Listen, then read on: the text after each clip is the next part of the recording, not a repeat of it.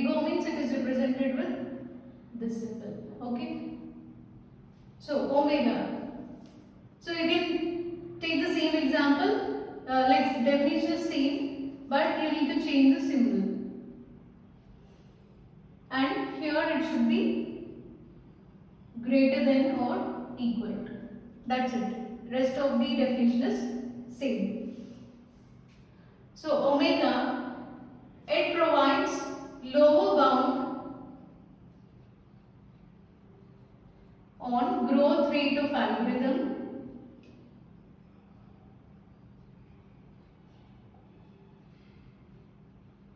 running time or space usage. So earlier we defined the big O. Big O is nothing but it provides upper bound on growth rate, whereas here omega provides lower bound. And here a big O, it considers it considers worst case scenario, whereas omega considers best case scenario.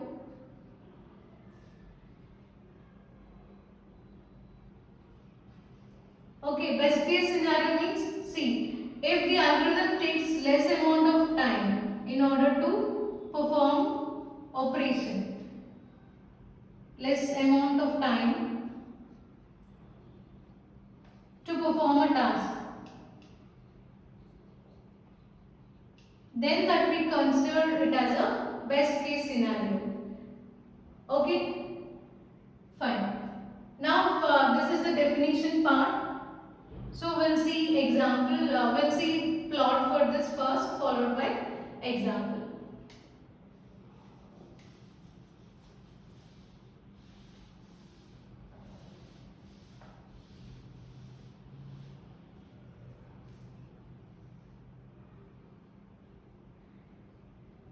So y-axis represents time and x-axis represents n, that is number of elements.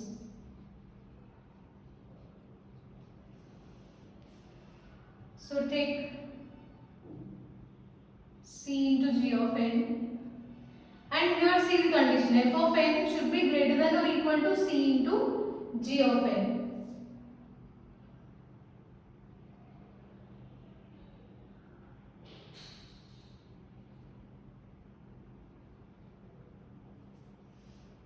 Okay, so if you observe this graph, f of n is greater than, so that is represented like this.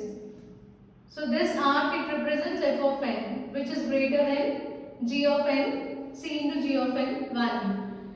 And so that happens if n value is greater than or equal to n naught. So what is n naught? N naught is the intersection point.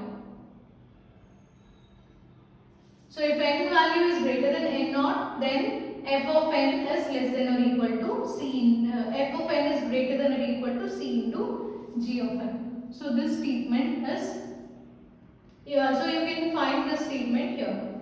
And what if n value is what happens before this in this part? So here f of n, again it can be greater than c into g of n, or f of n can be less than c into g of n. So you can observe that clearly.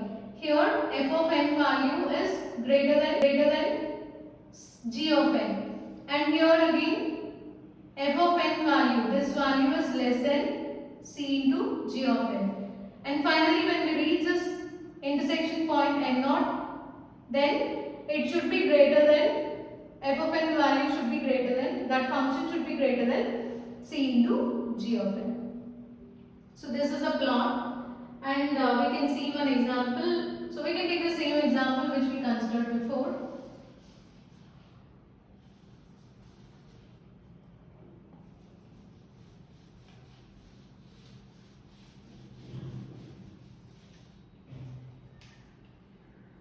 So f of n equal to 2n plus 3. So write this function, f of n greater than or equal to c into g of n.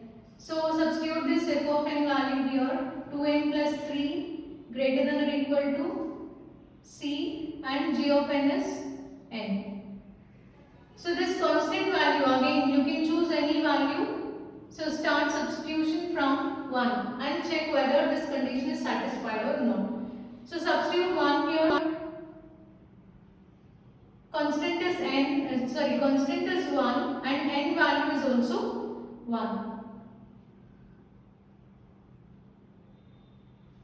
So here 5 is greater than or equal to 1. So condition is true. So you can choose C value as 1 and n value can also be taken as 1.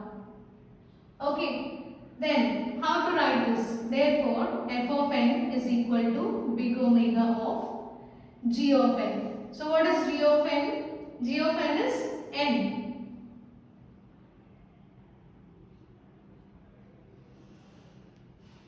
Okay. Okay, fine. So you can write this last statement like this also. 2n plus 3 greater than or equal to 1n. After substitution it becomes like this. So n value, g of n value will be n only. So f of n is omega of n. So can we write f of n is equal to omega of n squared? We can't write this because omega always represents lower bound, but n square falls under upper bound. So this is not possible. So can we write f of n equal to omega of log n?